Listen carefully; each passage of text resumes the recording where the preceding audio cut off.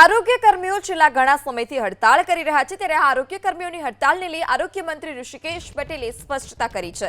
આરોગ્ય કર્મચારીઓની માંગણી મુદ્દે વિચારણા ચાલી રહી છે। એપ્રિલમાં વાતચીત કરવાની અગાઉ જ અપાઈ હતી ખાતરી, કંઈક ગેરસમજણને કારણે આંદોલન પર કર્મચારીઓ ઉતર્યા। આરોગ્ય અને પંચાયત વિભાગ સાથે બેસીને પ્રશ્નોનો ઉકેલ લાવશે। આરોગ્ય કર્મીઓએ ગઈકાલે એમને એમનું સ્ટેટમેન્ટ આપી દીધું છે। કાલે અમે બેઠા પણ હતા, પરંતુ દરેક મુદ્દો જો કે શરૂઆતમાં જ્યારે મળ્યા એ વખતે પણ કહ્યું હતું કે એપ્રિલમાં આપણે વાતચીત કરીશું, પરંતુ ક્યાંક ગેરસમજના કારણે વહેલા ઉતાવળ પણ એમની થઈ ગઈ હડતાલ કરવામાં। પરંતુ એમના જે મુદ્દાઓ છે એટલે એ મુદ્દાઓ કેવળ આરોગ્ય અને પંચાયત વિભાગ સાથે બેસીને નક્કી કરી શકે એમ નથી।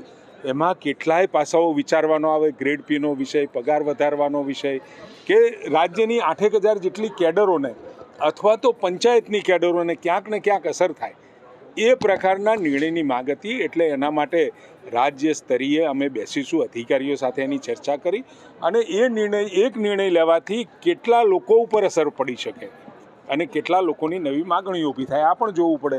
એટલે સ્વાભાવિક એમને કહ્યું છે અને ચોક્કસ એમને જે મુદ્દા આપ્યા છે વિચારીશું।